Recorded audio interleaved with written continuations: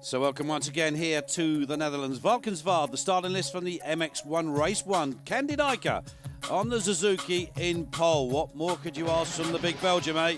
Stuyvesant Barragan a little bit further down. Mike Brown, well, he'll be looking for that traditional hole shot. Nice to see Pyrinon back again on the Suzuki. Here we go, gates drop, battle commences. Who's going to make that first corner? It'll be a bit of a barging thing. Coppins will be in there with his teammate, new teammate incidentally, on the monster Yamaha for this year, Davide PHILIPPAERTS, the Italian.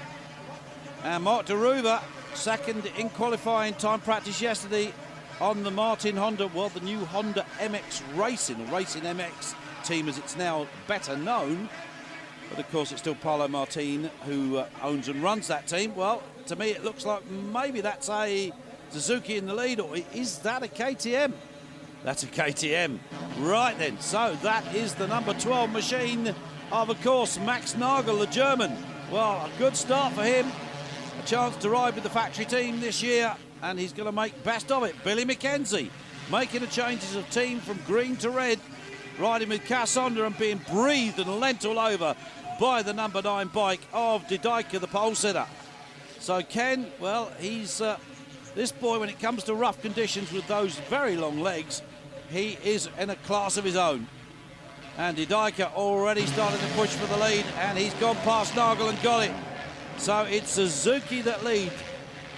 Can he hang on to that, or will we see that usual problem for De DYCKER when, as the race gets into its latter stages, the old arms start to give up? Now, here's a tussle, because that's McKenzie, 2:11. Billy Mack. Well, he won't be going to Japan this year on that red bike, and to make it 4 out of 4, because we have no Japanese Grand Prix, which is a shame. Nagel now down behind McKenzie, and there's a rider, and I suspect that is PHILIPPAERTS. I suspected it was, just beginning to close up on these two in 4th position. Well, I can tell you now that Davide PHILIPPAERTS doesn't take prisoners. His teammate Josh Coppins back there in 5th, so Coppins still trying to put that disappointment last year of losing the World Championship after the crash that he had in the Czech Grand Prix. Oh, who is that? Barragan, that's Barragan, number 7. Yeah, Barragan on the Exo Silver Action KTM. Moved to a satellite team for this year off the bike, but that's one man that seems to have kept everything in check. Well, Marvin Van Dali, fellow Suzuki runner, crashed over that jump and has got himself a little bit bashed up. That looks like 32. Just going through there, and if it is, and I believe it is, that's Manuel Preem making a change to Kawasaki for this year. Running well at the moment. Church down in 21st with Bas Verho behind him. Tom Church with Marcel Kawasaki swapping to MX1 for this year. Chiodi on TM for this year. Oh, and what's going on here? PHILIPPAERTS is having a bit of a tete-a-tete with somebody. Not unusual. Fight for 3rd place. Nagel has decided to take a second swing at this. Second breath. He's coming right back at Davide PHILIPPAERTS. They're both trying to close up on, I think that's McKenzie just in front on the CAS Honda. Yes, indeed it is. And Davide PHILIPPAERTS, well, straight through into second. He can be an aggressive rider when he wants to be. Won't wait for you to move over, he'll just move you over. But McKenzie also quite capable of that kind of physical battling out on the track. So second for PHILIPPAERTS. Can he catch? Oh, and a problem here for Tom Church. Off the bike. Can he get it started once again? That's when these big 4-strokes are a problem. Once they get hot, they don't want to restart when you drop them on the floor, especially if you do it upside down. Remember McKenzie in Japan? Oh, and McKenzie's off. And he got knocked off his bike again by Stephen Ramon. Well, Billy, it just goes to show it doesn't pay to loiter on the track. Well, look at this. It's PHILIPPAERTS and Coppins, and PHILIPPAERTS leaning all over, and he's gone down. Well, Josh Coppins on the floor. That wasn't, I would say, too kind by his teammate. Basically knocked him off. There is the man that has just shown everybody a clean rear wheel. KEN De DYCKER will take 25 points in race 1. What a good start, and no sign of fade from this man. He really has done some winter training. So De DYCKER, Nagel, Ramon, PHILIPPAERTS, Preem, Coppins picked himself up for 6 with Stravas behind him. McKenzie picked himself up for 10, and Tanner Leert with a terrible start finished 11th. Pirinen got in there the points as well. Schiffer and Salvini, Chiodi just outside. We got a brand new start system here now. It's a digital one, so it counts in 15 seconds down to 0.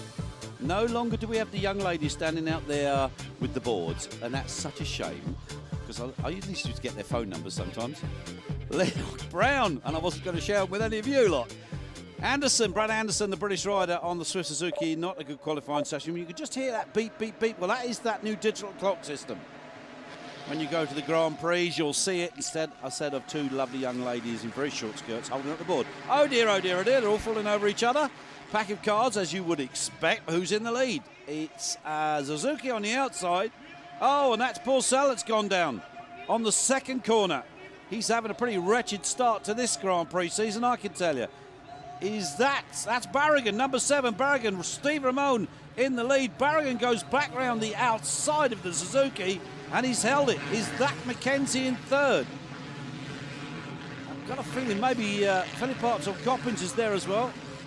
It looks like Coppins on the new monster-coloured Yamaha, the black Yamahas. I've never seen a black Yamaha before, but there you go. At least you don't have to clean them so much, I suppose. But at the moment, it's once again Suzuki, Steve Ramon, and it is Jonathan Barragan that leads this, number 7. He had a bit of a crash in race 1. De Dycker is now in second, Ramon third, Coppins fourth. Where is Philipppaerts? I'm wondering whether they had a bit of a talk about that incident in race 1, because there's no doubt about it, Philipppaerts definitely just kind of bulldozed Coppins off the track. Not what you do to your teammate. I'm sure Carlo Rinaldi would have had words. There's the leader. Well, Barragan on the KTM. They are so desperately looking for a World Championship this year, be it MX2. Oh, and on the floor goes number 28, down on the deck, and he's okay. That's Scott Collum. That's the Kiwi rider.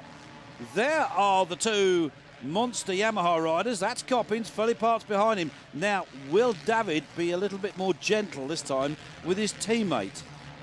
Josh is not the sort of guy that's likely to get off the bike and remonstrate too loudly, because he is a Kiwi, so they don't lose their rag, as they say. They're very laid back. Oh, and Sebastian Porcel, he must be thinking he should have stayed in France this weekend.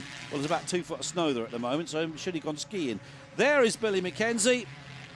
Well, Billy Mack with the CAS Honda team, also supported by Monster, as you can tell by the clothing that he wears. Currently lies second, so this is looking good for Billy Mack. Race 2. Just needs to keep it honest, keep it on its wheels, keep it straight, keep it in the groove, as they say.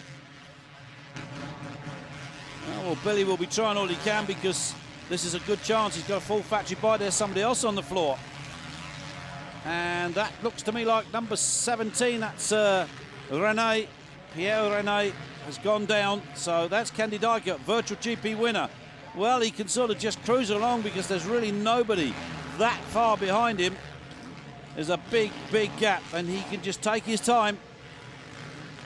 It's tough out there. Steve Ramon, the defending world champion. Well, that red plate will be lost, but it will be lost to his teammates. That's not such a bad thing.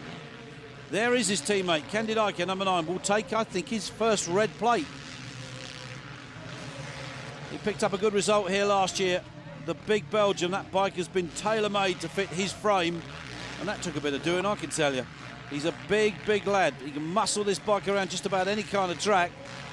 Doesn't seem to fare so well in the hard tracks, but this sandy, deep stuff, he loves it. And he knows he's got it. Celebrating already. No sign of second part race fade from this man. He's been training hard. Checkered flag, 50 points on the table for him. And it's Belgium, South Africa winning MX2, and it's Belgium's winning MX1 here at round 1 in Valkenswaard. McKenzie held on to that second. Barragan third, Ramon, Nagel, then Philipppaerts, Coppins and Priem.